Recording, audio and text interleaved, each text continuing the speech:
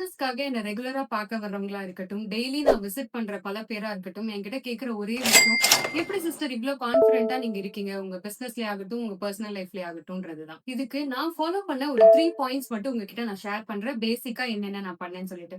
First விஷயம், balanced diet.